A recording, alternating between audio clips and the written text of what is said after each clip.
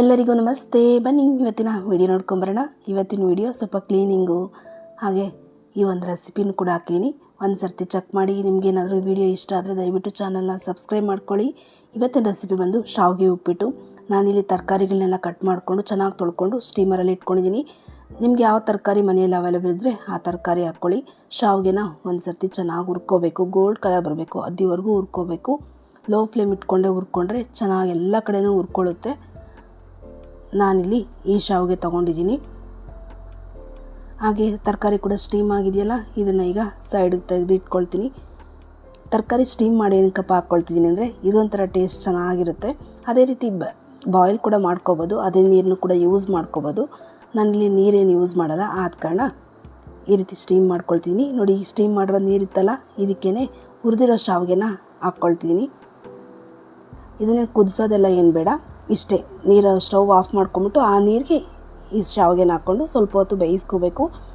Stove ಅಂಟಿಸ್ಕೊಂಡಲ್ಲ, ನೆನೆಸ್ಬೇಕು ಅಷ್ಟೇ. ಹಾಗೆ ಈರುಳ್ಳಿ, ಹಸಿಮೆಣ್ಸಿನ್ಕಾಯಿ, ಕರಿಬೇವೆಲ್ಲ ಕಟ್ ಮಾಡಿ ಇಟ್ಕೊಂಡಿದ್ದೀನಿ. ಈಗ ಒಗ್ಗರಣೆ ಮಾಡ್ಕೊಳ್ತಿದ್ದೀನಿ. ಒಂದು ಬಾಣಲಿಗೆ ಎಣ್ಣೆ ಹಾಕ್ಕೊಂಡಿದ್ದೀನಿ. ಎಣ್ಣೆ ಅಥವಾ ತುಪ್ಪ ಎರಡನ್ನೂ ಹಾಕ್ಕೋಬೋದು. ಒಂದು ಸ್ವಲ್ಪ ಸಾಸಿವೆ, ಜೀರಿಗೆ ಹಾಕ್ಕೊಂಡಿದ್ದೀನಿ. ಹಾಗೆ ಇದಕ್ಕೆ ಒಂದು ಹಿಡಿಯಷ್ಟು ಗೋಡಂಬಿ ಹಾಕ್ಕೊಳ್ತೀನಿ. ಗೋಡಂಬಿ ಫ್ಲೇವರ್ ಚೆನ್ನಾಗಿರುತ್ತೆ. ಹಾಗೆಯೇ ಒಂದು ಹಿಡಿಯಷ್ಟು ಕಡಲೆ ಬೀಜನೂ ಹಾಕ್ಕೊಂಡು ಚೆನ್ನಾಗಿ ಫ್ರೈ ಮಾಡ್ಕೋಬೇಕು. ನಾನಿಲ್ಲಿ ಕಡಲೆ ಬೀಜ ಮತ್ತು ಗೋಡಂಬಿನ ತೆಕ್ಕೊಂಡ್ಬಿಡ್ತಿದ್ದೀನಿ.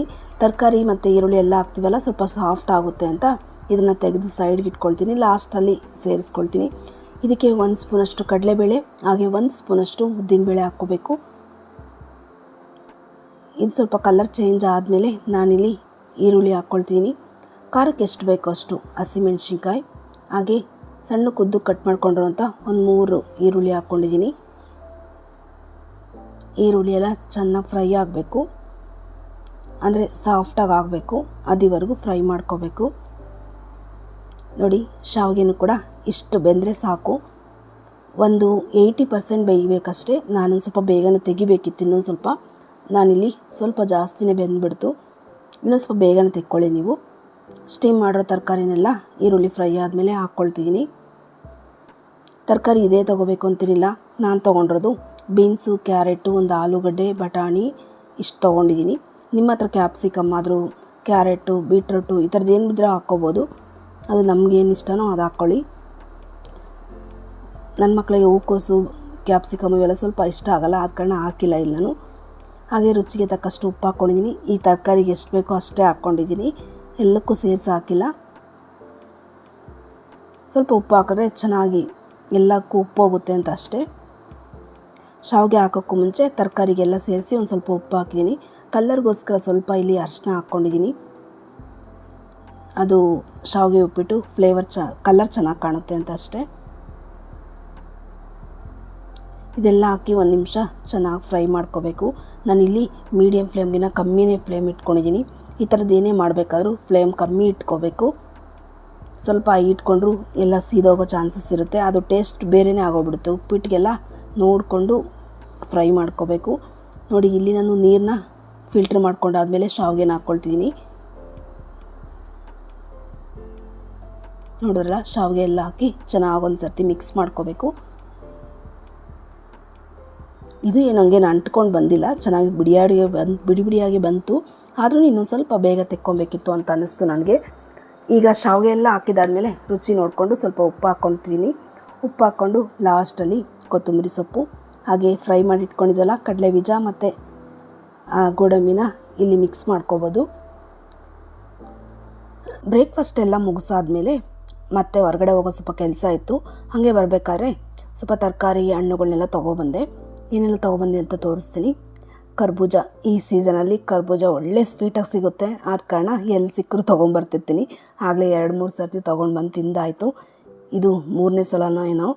ಟೇಸ್ಟ್ ಮಾತ್ರ ಒಳ್ಳೆ ಸ್ವೀಟ್ ಇತ್ತು. ಒಂದೊಂದು ಸರ್ತಿ ಸಿಗೋ ಕರ್ಬೂಜ ಅಂತೂ ಸಪ್ಪೆ ಅಂದರೆ ತಿನ್ನೋಕ್ಕೆ ಆಗಲ್ಲ, ಎಲ್ಲ ಎಸ್ದಿರೋದೆ. ಹೋದ ಸರ್ತಿ ನಾನು, ಈ ಸರ್ತಿ 3 ಸಲ ತೊಗೊಂಡ್ರೆ 3 ಸಲನೂ ಕೂಡ ಒಳ್ಳೆ ಟೇಸ್ಟ್ ಇತ್ತು. ಮತ್ತೆ ತೊಗೊಂಬರ್ಬೇಕು ಅಂತ ಅನ್ನಿಸ್ತು. ತಂದ ತಕ್ಷಣ ಕರ್ಬೂಜ ಕಟ್ ಮಾಡ್ಕೊಂಡು ತಿಂದು ಮತ್ತೆ ಇವನ್ನ ಎತ್ತಿಡ್ತಿದ್ದೀನಿ ನಾನು. ಈ ಸಮ್ಮರಲ್ಲಿ ಸಿಗೋ ಪ್ರತಿಯೊಂದು ಫ್ರೂಟ್ನೂ ಕೂಡ ಎಂಜಾಯ್ ಮಾಡ್ತೀನಿ.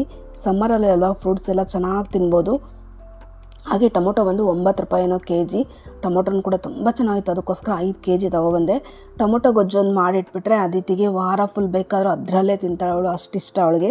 ಅದಕ್ಕೋಸ್ಕರ ಈ ಥರ ಟೊಮೊಟೊ ಕಡಿಮೆ ಇದ್ದಾಗ ಗೊಜ್ಜು ಮಾಡಿಟ್ಬಿಡ್ತೀನಿ. ಹಾಗೆ ನೋಡಿ ನಾನಿಲ್ಲಿ 3 kgಗೆ 100 ರೂಪಾಯಿ ತೊಗೊಂಡಿದ್ದು. 6 ಹಣ್ಣು ಬಂದಿತ್ತು. 6 ಹಣ್ಣು ಕೂಡ ತುಂಬ ಚೆನ್ನಾಗಿತ್ತು. ಹಾಗೆ ಒಂದು 2 kg ಬಾಳೆಹಣ್ಣು ತೊಗೊಂಬಂದೆ. ಹಾಗೆಯೇ ವಾಟರ್ ಮೆಲನ್ ಕೂಡ ತೊಗೊಂಬಂದೆ. ಅದನ್ನು ತೋರಿಸ್ತೀನಿ ನಿಮಗೆ ನೆಕ್ಸ್ಟು ಇದರಲ್ಲಿ ಕಟ್ ಮಾಡಿ ತೋರಿಸ್ತೀನಿ. ನೋಡಿ ಹಣ್ಣುಗಳು ತರಕಾರಿ ಎಲ್ಲ ಎತ್ತಿಟ್ಟೆ. ಹಾಗೆ ಇಲ್ಲಿ ಚಪಾತಿ ತೋರಿಸ್ತೀನಿ, ಅದು ಹಿಂದಿನ ದಿನದ್ದು. ಈ ಥರ ಚಪಾತಿ ಏನಾದ್ರು ಉಳಿದ್ರೆ ಈ ಥರ ಪ್ಲೇಟ್ಗೆ ಹಾಕಿಡ್ತೀನಿ. ಏನಕ್ಕೆ ಅಂದರೆ ಕೂಪರ್ಗೆ ಕ್ರಿಸ್ಪಿಯಾಗುತ್ತೆ, ಅವ್ನು ತಿನ್ನೋಕ್ಕೆ ತುಂಬಾ ಇಷ್ಟಪಡ್ತಾನೆ. ಅದಕ್ಕೋಸ್ಕರ ಹಂಗೆ ಒಂದು ಪ್ಲೇಟ್ಗೆ ಹಾಕಿಟ್ಬಿಡ್ತೀವಿ. ಅದು ಫುಲ್ ಡ್ರೈ ಆದಮೇಲೆ ಆವಾಗವಾಗ ತಿಂತಾ ಇರ್ತಾನೆ ಅವನು. ಹಾಗೆ ಬಾಳೆಕಾಯಿ ತೊಗೊಬಂದಿದ್ದೀನಿ, ಬಾಳೆಕಾಯಿ ಫ್ರೈ ಮಾಡೋಣ ಅಂತ. ಕ್ಯಾಪ್ಸಿಕಮ್ ಕೂಡ ಫ್ರೆಶ್ ಆಗಿತ್ತು, ಅದಕ್ಕೊಂದು 1/4 kg ತೊಗೊಬಂದಿದ್ದೀನಿ. ಹಬ್ಬ ಅಲ್ವಾ, ತರಕಾರಿಗಳೇನು ಜಾಸ್ತಿ ಬೇಕಾಗಲ್ಲ, ಬೇಕಿರೋ ತರಕಾರಿಗಳು ಮಾತ್ರ ತೊಗೊಬಂದಿದ್ದೀನಿ. ಇದು ಹಬ್ಬದ ಹಿಂದಿನ ವಿಡಿಯೋ ಇದು, ಅದಕ್ಕೋಸ್ಕರ ಈಗ ಹಾಕ್ತಿದ್ದೀನಿ. ಹಬ್ಬದ ವ್ಲಾಗ್ ಹಾಕ್ಬಿಟ್ಟಿದ್ದೀನಲ್ಲ, ನೀವೇನಾದರೂ ನೋಡಿಲ್ಲ ಅನ್ಸರೆ ಒಂದು ಸರ್ತಿ ಚೆಕ್ ಮಾಡಿ. ಇದು ಅದು ಹಿಂದಿನ ವಿಡಿಯೋ. ಏನಪ್ಪ ಅಂದರೆ ಮನೆ ಕ್ಲೀನಿಂಗ್ ಎಲ್ಲ ಇತ್ತಲ್ಲ ಅವತ್ತು, ಅದರ ವಿಡಿಯೋ ಇದು. ಎಷ್ಟು 3 ದಿನ ಕ್ಲೀನ್ ಮಾಡಿದ್ದೀನಿ, ಆದರೆ ನಾನೆಲ್ಲ ತೋರಿಸಿಲ್ಲ, ಸ್ವಲ್ಪ ತೋರಿಸ್ತೀನಿ. ಕೊತ್ತಂಬರಿ ಸೊಪ್ಪು ಕ್ಲೀನ್ ಮಾಡ್ಬೇಕಾದ್ರೆ ಟಿ ವಿ ಹಾಕ್ಕೊಂಡು ಕೂತ್ಕೊಂಡು ನೀಟಾಗಿ ಕೂತ್ಕೊಂಡು ಕ್ಲೀನ್ ಮಾಡ್ತೀನಿ.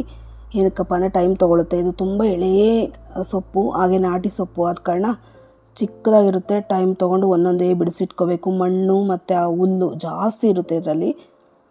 ನೋಡಿ ಅಷ್ಟು ದೊಡ್ಡ ಕಟ್ಟಿಗೆ ಒಂದು ಬಾಕ್ಸ್ ಆಯ್ತಷ್ಟೇ. ನಾನಿಲ್ಲಿ ನಮ್ಮದು ಮಧ್ಯಾಹ್ನ ಲಂಚ್ಗೆ ನುಗ್ಗೆಕಾಯಿ ಸಾಂಬಾರು ಮುದ್ದೆ ಮಾಡ್ಕೊಂಡಿದ್ದೆ.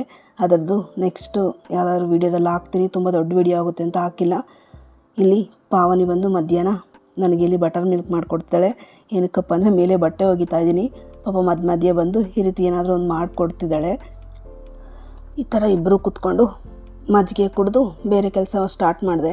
ಏನಪ್ಪ ಅಂದರೆ ಸ್ಕ್ರೀನುಗಳೆಲ್ಲ ತೆಗೆದುಬಿಟ್ಟಿದ್ದೀನಿ, ಅವನ್ನೆಲ್ಲ ಒಗಿಬೇಕು, ಕೈಯಲ್ಲೇ ಒಗಿಬೇಕು. ಮಿಷಿನ್ಗೆ ಹಾಕಿದ್ರೆ ಅದರೊಳಗಡೆ ಇರೋ ರಿಂಗುಗಳೆಲ್ಲ ಹೋಗ್ಬಿಡುತ್ತೆ. ಮಧ್ಯೆ ಒಂದೊಂದು ಸರ್ತಿ ಹಾಕಿ ಎಲ್ಲ ರಿಂಗೆಲ್ಲ ಹೋಗಿದೆ, ಆದ ಕಾರಣ ಕೈಯಲ್ಲೇ ವಾಶ್ ಮಾಡ್ತೀನಿ. ಮೇಯ್ನು ಸ್ಕ್ರೀನುಗಳು ಮಾತ್ರ ಕೈಯಲ್ಲೇ ವಾಶ್ ಮಾಡ್ತೀನಿ ನಾನು. ಸ್ಕ್ರೀನು ಮತ್ತು ಮ್ಯಾಟುಗಳನ್ನ ಕೈಯಲ್ಲಿ ಒಗಿತೀನಿ, ಇನ್ನೆಲ್ಲನೂ ಮಿಷಿನ್ಗೆ ಹಾಕ್ತೀನಿ. ಬೆಡ್ಶೀಟ್ಸ್ ಎಲ್ಲ ಮಿಷಿನ್ಗೆ ಹಾಕ್ತೀನಿ. ನೋಡಿ ಎಲ್ಲ ರೂಮ್ಗಳೆಲ್ಲ ತೆಗೆದುಬಿಟ್ಟಿದ್ದೀನಲ್ಲ, ಪಾಪ ಪಾವನಿ ಇದನ್ನೆಲ್ಲ ಕ್ಲೀನ್ ಮಾಡ್ತಿದ್ದಾಳೆ. ನಾನು ಮೇಲ್ಗಡೆ ಬಟ್ಟೆ ಒಗಿತಿದ್ದೀನಿ, ಅದನ್ನು ಕೂಡ ತೋರಿಸ್ತೀನಿ. ಎಲ್ಲ ರೂಮಲ್ಲೂ ವಿಂಡೋಸಲ್ಲಿ ಸ್ಕ್ರೀನ್ ಇಲ್ಲ, ನನ್ನ ಹತ್ರ ಇರೋದು ಒಂದೊಂದೇ ಜೊತೆ. ಆದ ಕಾರಣ ಎಲ್ಲ ತೆಗೆದಾದ್ಮೇಲೆ ಒಂದಿನ ಫುಲ್ ಹಿಂಗೆ ಇರುತ್ತೆ. ನೆಕ್ಸ್ಟ್ ಡೇ ಎಲ್ಲ ಸೇರಿಸ್ತೀನಿ. ಇವತ್ತು ಬೆಳಗ್ಗೆನೇ ಒಗ್ದಿರೋದ್ರಿಂದ ಎಲ್ಲನೂ ಕೂಡ ಹಾಕ್ಬಿಡ್ತೀನಿ ಸಂಜೆ ಅಷ್ಟರೊಳಗಡೆ.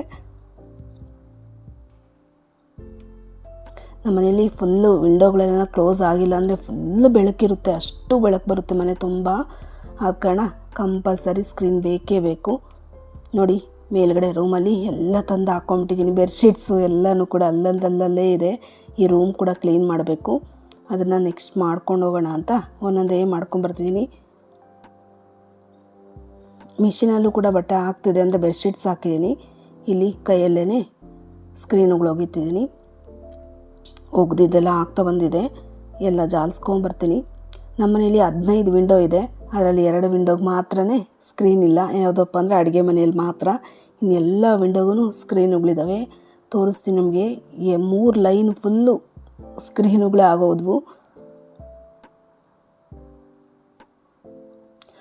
ಕಲರ್ ಅಲ್ವಾ, ಆದ ಕಾರಣ ಕೈಯಲ್ಲಿ ಹೋಗೋದ್ರೇ ಬೆಟರ್ ಅಂತ ಕೈಯಲ್ಲೇ ಹೋಗಿದ್ದೀನಿ. ಇಲ್ಲ ನಾನು ಅದ್ರ ಕಲರ್ ಇದಕ್ಕೆ ಬಂದ್ಬಿಡ್ತೆ. ಲೈಟ್ ಕಲರ್ಸ್ ಜಾಸ್ತಿ ಇದೆ, ಅಂದರೆ ಲೈಟ್ ಪಿಂಕು, ವೈಟ್ ಕಲರು ಇದೆಲ್ಲನೂ ಮಿಕ್ಸ್ ಆಗಬಾರ್ದು ಅಂತ ಸಪ್ರೇಟಾಗಿ ಹೊಕ್ಕೊಂಡು ಬರ್ತೀನಿ.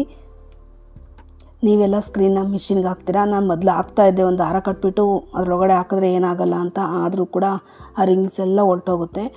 ಅದು ಕಸ್ಟಮೈಸ್ ಮಾಡ್ಕೊಂಡಿರ್ತಾರಲ್ಲ, ಅವರು ಹಾಕಿದ್ರೆ ಏನಾಗಲ್ಲ, ಚೆನ್ನಾಗಿ ಅವರು ಫಿಟ್ ಮಾಡಿರ್ತಾರೆ. ನಾನೆಲ್ಲ ಆನ್ಲೈನಲ್ಲಿ ತೊಗೊಳೋದ್ರಿಂದ ಇದು ಬೇಗ ಓಪನ್ ಆಗಿಬಿಡ್ತವೆ.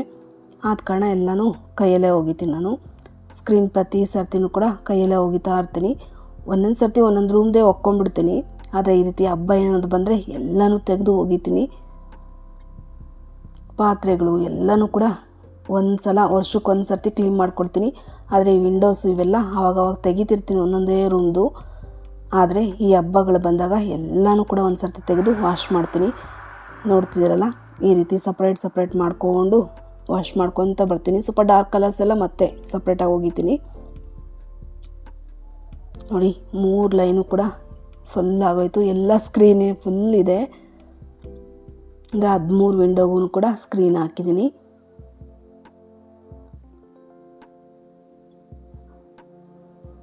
ನೋಡಿದ್ರಲ್ಲ, ಇಷ್ಟು ಸ್ಕ್ರೀನುಗಳನ್ನ ಒಗಿತಾ ಇದ್ದೀನಿ ಬೆಳಗ್ಗೆಯಿಂದ. ಹಾಗೆ ಇವತ್ತೇ ಏನದು ಟೆರೆಸ್ ಎಲ್ಲ ಕ್ಲೀನ್ ಮಾಡ್ಕೊಂಬಿಟ್ಟೆ.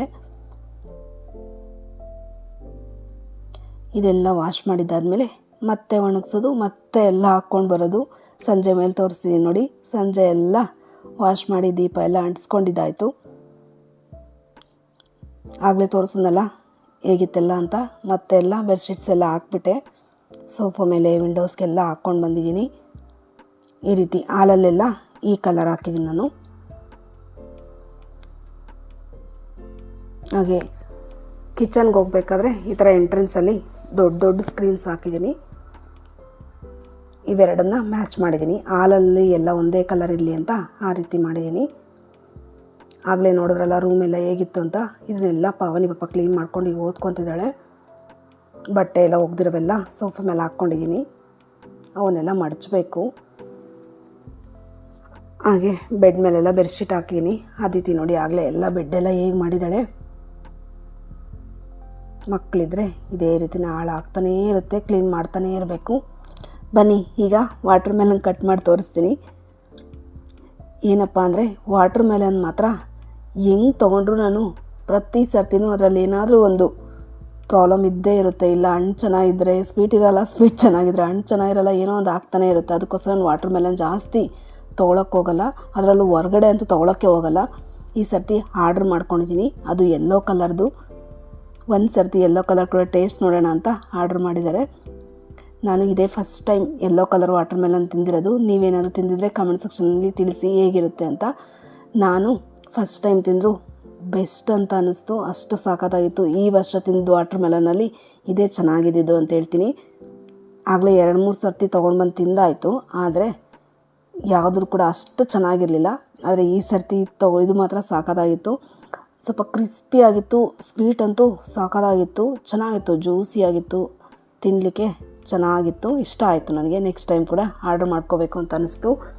ನಾನು ಹೊರಗಡೆ ಎಲ್ಲನ ಹಾಕ್ಕೊಂಡಿರ್ತಾರಲ್ಲ ಅಲ್ಲಿ ತೊಗೊಂಡ್ರೆ ವಾಟರ್ ಮೆಲನ್ ಎಷ್ಟು ಸರ್ತಿ ತೊಗೊಂಡು ಅಷ್ಟು ಸರ್ತಿನೂ ಫೇಲೇ ಆಗಿದ್ದೀನಿ. ನಂಗೆ ವಾಟರ್ ಮೆಲನ್ ಸೆಲೆಕ್ಟ್ ಮಾಡೋಕ್ಕೆ ಬರಲ್ಲ. ಪ್ರತಿ ಸರ್ತಿನೂ ಡ್ಯಾಡಿನೇ ತೊಗೊಬರ್ತಾಯಿದ್ರು, ಹಾಗಾಗಿ ನನಗೂ ಗೊತ್ತಿಲ್ಲ, ರಘುಗೂ ಗೊತ್ತಿಲ್ಲ. ಹಾಗೆಯೇ ನಾನು ವಾಟರ್ ಮೆಲನ್ನೆಲ್ಲ ಈ ರೀತಿ ಕಟ್ ಮಾಡಿ ಇಟ್ಬಿಡ್ತೀನಿ. ಮಕ್ಕಳು ತಿನ್ನೋಕ್ಕೆ ಈಸಿ ಆಗುತ್ತೆ. ಒಂದಾದರೂ ಬಾಕ್ಸಲ್ಲಿ ಹಾಕಿಟ್ಬಿಟ್ರೆ ಅವರು ಕೂಡ ಆರಾಮಾಗಿ ತಿಂತಾರೆ. ಹಾಗೆಯೇ ಸ್ವಲ್ಪ ಪೈನಾಪಲ್ ತಮ್ಮ ತೊಗೊಬಂದಿದ್ದ, ಅದನ್ನು ಕೂಡ ಎತ್ತಿಟ್ಟಿದ್ದೀನಿ. ಇದೆಲ್ಲ ಬಟ್ಟೆ ಒಗೆದು ಬಂದಮೇಲೆ ಕೂತ್ಕೊಂಡಿಬ್ಬರು ತಿಂತಿದ್ದೀವಿ. ನಾನಿಲ್ಲಿ ಎಲ್ಲ ಒಂದೇ ಹತ್ರ ಇರಲಿ ಅಂತೇಳ್ಬಿಟ್ಟು ಹಿಂಗೆ ಹಾಕಿದ್ದೀನಿ ಅಷ್ಟೇ. ಹಾಗೆಯೇ ಈ ವಿಡಿಯೋ ಏನಾದರೂ ನಿಮ್ಗೆ ಇಷ್ಟ ಆದರೆ ದಯವಿಟ್ಟು ಚಾನಲ್ನ ಸಬ್ಸ್ಕ್ರೈಬ್ ಮಾಡ್ಕೊಳ್ಳಿ. ಲೈಕ್, ಶೇರ್, ಕಮೆಂಟ್ ಮಾಡೋದನ್ನು ದಯವಿಟ್ಟು ಮರಿಬೇಡಿ.